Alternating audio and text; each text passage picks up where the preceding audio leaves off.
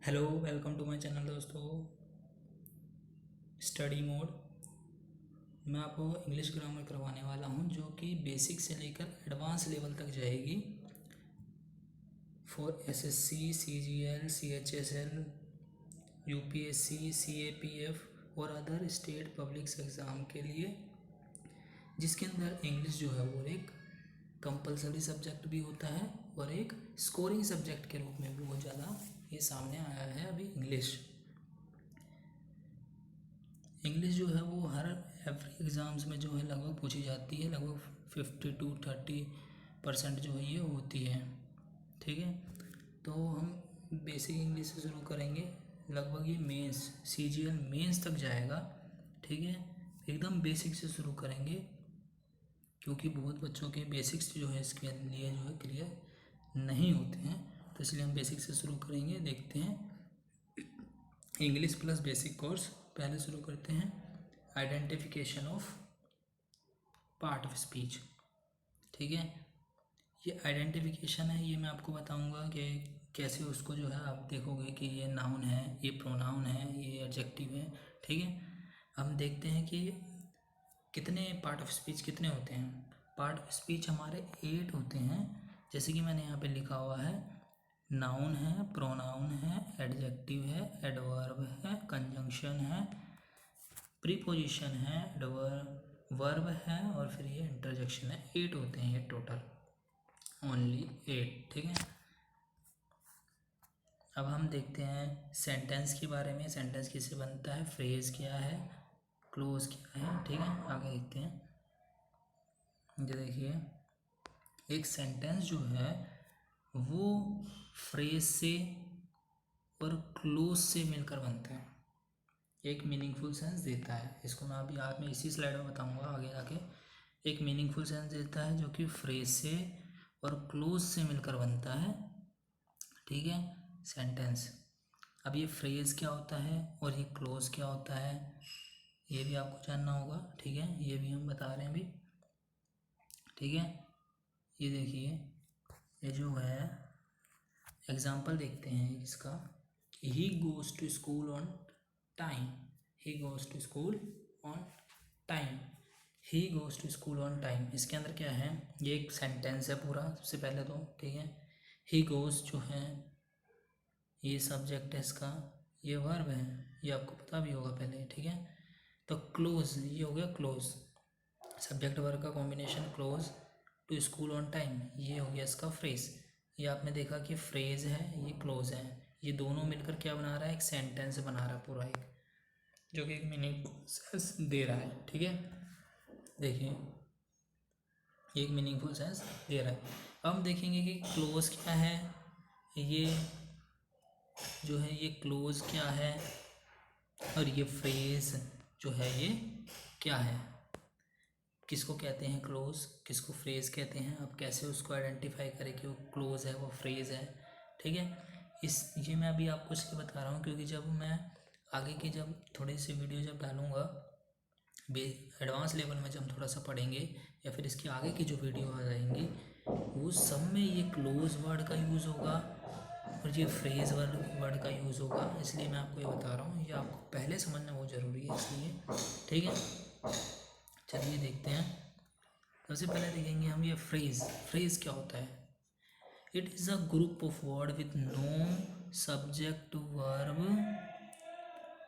combination, with no subject verb combination. It does not give meaningful sense.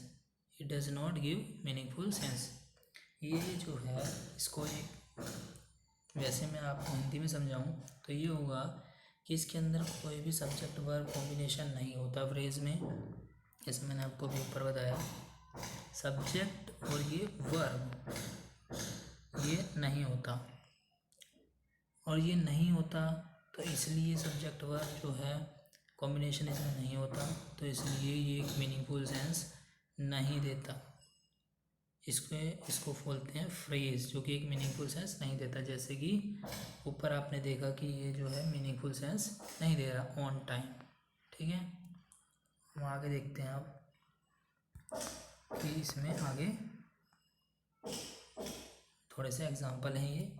We are sorry for her departure, we are sorry for her departure. Her departure जो है उसके अंदर एक phrase है, very slowly एक phrase है, ठीक है। He works very slowly phrase है, very slowly. In the end we all have to die, इसमें इन द एंड जो है वो एक फ्रेज है। He is a man of kind nature, kind nature एक फ्रेज है। अब इसके अंदर देखिए फ्रेज के अंदर भी कई सारे टाइप्स होते हैं, वो आपको मैं सारे शेड्यूल से तो बाद में करवाऊंगा, ये भी थोड़ा सा ऊपर ऊपर से बता रहा हूँ, ठीक है। We are sorry for her departure, her departure इसके अंदर है नाउन, तो ये नाउन फ्रेज हो गया। वेरी स्लोली, इसमें स्लोली जो है एडवर्ब है, तो ये एडवर्ब फ्रेज हो गया। इन द एंड, इन जो है इसमें प्रीपोजिशन है, तो ये प्रीपोजिशनल फ्रेज हो गया। He is a man of kind nature, kind nature जो है वो एक एडजेक्टिव है, तो ये एक एडजेक्टिव फ्रेज हो गया।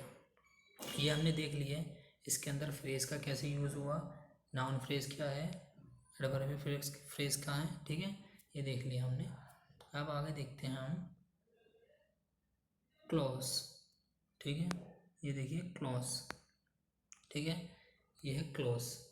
क्लॉज क्या होता है, it has a subject verb combination, ठीक है, इसके पास सब्जेक्ट वर्ब कॉम्बिनेशन होता है, ठीक है। उसका अपोजिट होता है फ्रेज का, ठीक है।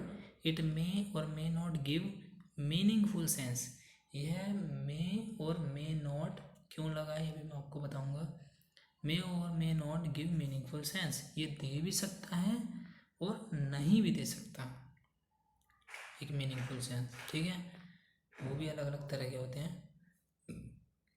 सब्जेक्ट और कॉम्बिनेशन इसमें होता है, ठीक है, एक मीनिंगफुल सेंस देता है, जो कि फ्रेज के अपोजिट है, क्योंकि फ्रेज जो है वो एक मीनिंगफुल सेंस नहीं देता, सब्जेक्ट वर्ब कॉम्बिनेशन नहीं होता, क्योंकि सब्जेक्ट एक मीनिंगफुल सेंस देने के लिए एक सेंटेंस में क्या चाहिए होता है, सब्जेक्ट और एक वर्ब, ठीक है, सब्जेक्ट और एक वर्ब, जिसके अंदर ये नहीं होगा वो मीनिंगफुल सेंस नहीं देगा। फ्रेज में नहीं होता इसलिए फ्रेज मीनिंगफुल सेंस नहीं देता, क्लोज में होता है इसलिए क्लोज जो है मीनिंगफुल सेंस देता है। और इसके भी कई सारे टाइप्स होते हैं, हम देखते हैं टाइप्स ऑफ क्लोज, ठीक है। एक होता है इनडिपेंडेंट क्लोज, एक होता है डिपेंडेंट क्लोज। इनडिपेंडेंट क्लोज क्या होता है, गिव्स मीनिंगफुल सेंस इनडिपेंडेंट, जैसे इसके वर्ड से ही आपको पता चल रहा है गिव्स मीनिंगफुल सेंस, ये एक मीनिंगफुल सेंस आपको देगा सेंटेंस के अंदर, ठीक है। और एक होता है डिपेंडेंट क्लोज, जो कि दूसरे सेंटेंस पे डिपेंड रहता है, गिव्स नो मीनिंगफुल सेंस, ये मीनिंगफुल सेंस तो देता है लेकिन दूसरे सेंटेंस पर, इंडिपेंडेंट सेंटेंस पर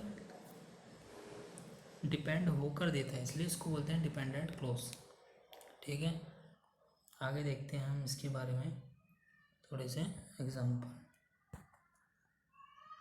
ये एग्जाम्पल से आपको एकदम क्लियर हो जाएगा कि क्या चीज़ क्या है, ठीक है, कौन सी चीज़ क्या है, और ये फ्रेज क्यों है, ये अगर है तो क्लोज क्यों है, ठीक है। देखिए इफ़ ही विल कम, इसके अंदर क्या लिखा हुआ है, इफ़ ही विल कम, अगर वह आएगा, आई विल गो, तो मैं जाऊँगा। इसके अंदर ये हो गया, ही जो है वो सब्जेक्ट हो गया, ये विल वर्ब हो गया, नीचे लिखा हुआ है, ये जो है आई जो है सब्जेक्ट हो गया, विल वर्ब हो गया, ठीक है, ये हो गया पूरा, ये दोनों ही क्या है, subject verb combination, subject verb combination है इनके पास, तो ये एक क्लोज हो गया, ठीक है ना, क्लोज है ये एक, ठीक है। और इसके अंदर भी दो टाइप्स के मैंने बताए, एक होता है डिपेंडेंट क्लोज, एक होता है इंडिपेंडेंट क्लोज। अब ये डिपेंडेंट क्लोज में से कौन सा है, देखिए इफ़ ही विल कम, अगर वह आएगा, इसमें पूरी तरह से मीनिंग डिपेंड नहीं हो रहा, if he will come I will go, ये पूरा सेंटेंस है, इफ़ ही विल कम, इसमें पूरा डिपेंड, ये दूसरे सेंटेंस पे डिपेंड है, इस वाले पे आई विल गो पे डिपेंडेंट है, ये इस वाले सेंटेंस पे डिपेंडेंट हो रहा है ये, ठीक है, डिपेंड है इस वाले पे मीनिंग रिपीट करने के लिए, ठीक है। तो इसलिए ये जो है डिपेंडेंट क्लोज हो गया, मीनिंगफुल सेंस पूरी तरह से नहीं दे रहा। आई विल गो, ये पूरी, ये तो मैं, जैसे कि हुआ मैं जाऊंगा, आई विल गो, ये पूरी तरह से इंडिपेंडेंट क्लोज है, जो कि मीनिंगफुल सेंस दे रहा है, डिपिक्ट कर रहा है, ठीक है, meaningful sense. Subject verb combination दोनों में है, दोनों क्लोज हैं, ठीक है, ये हो गया एकदम, ठीक है। आगे चलते हैं, देखिए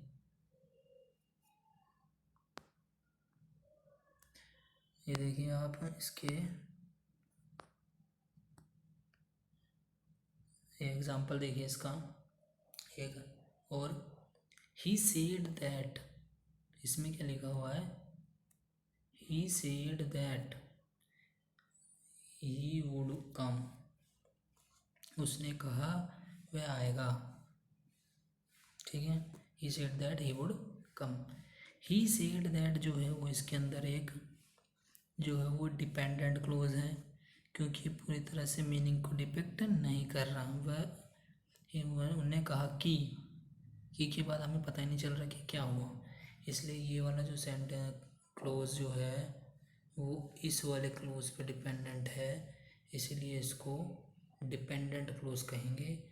और ये वाला जो ही वुड कम वह आएगा, ये एक इंडिपेंडेंट क्लोज है जो कि पूरी तरह से एक मीनिंग डिपिक्ट कर रहा है, इसको किसी भी दूसरे क्लोज की जो है वो हेल्प की ज़रूरत नहीं है मीनिंग डिपिक्ट करने के लिए, इसलिए ये एक इंडिपेंडेंट क्लोज है, ठीक है। समझ में आ गया। इसमें सीधा सीधा मतलब ये है कि फ्रेज में जो है वो सब्जेक्ट वर्ब कॉम्बिनेशन नहीं होता, सब्जेक्ट वर्ब कॉम्बिनेशन जो है फ्रेज में वो नहीं होता है, ठीक है। सब्जेक्ट वर्ब कॉम्बिनेशन इसमें नहीं होता फ्रेज में, इसके अंदर जो है क्लोज में सब्जेक्ट वर्ब कॉम्बिनेशन होता है। फ्रेज जो क्लोज जो है वो एक होता है डिपेंडेंट क्लोज, एक होता है इंडिपेंडेंट क्लोज। ये जो है एक इंडिपेंडेंट क्लोज है और एक इंडिपेंडेंट क्लोज है। इंडिपेंडेंट क्लोज मीनिंगफुल सेंस देता है बिना डिपेंड हुए, ठीक है। ये देता तो है मीनिंगफुल सेंस, लेकिन दूसरे सेंटेंस पर डिपेंड रहता है, ठीक है। आगे हम देखते हैं सेंटेंस के बारे में, ठीक है। सेंटेंस क्या है, सेंटेंस जो है वो एक क्लोज से और एक फ्रेज से मिलकर बना होता है, उसको हम कहेंगे सेंटेंस, ठीक है। इसमें लिखा भी हुआ है it has a subject verb combination, जैसे हमने क्लोज में भी होता है सब्जेक्ट वर्ब कॉम्बिनेशन, क्योंकि जिसमें सब्जेक्ट वर्ब कॉम्बिनेशन होगा वो मीनिंग डिपिक्ट करेगा एक ओरिजिनल मीनिंग, ठीक है, ठीक है, लिटरल मीनिंग जो है वो एक डिपिक्ट करेगा। It always gives meaningful sense, और जो है वो एक मीनिंगफुल सेंस देगा। ये सेंटेंस है पूरा, इसके अंदर I will meet you at office और एट होम,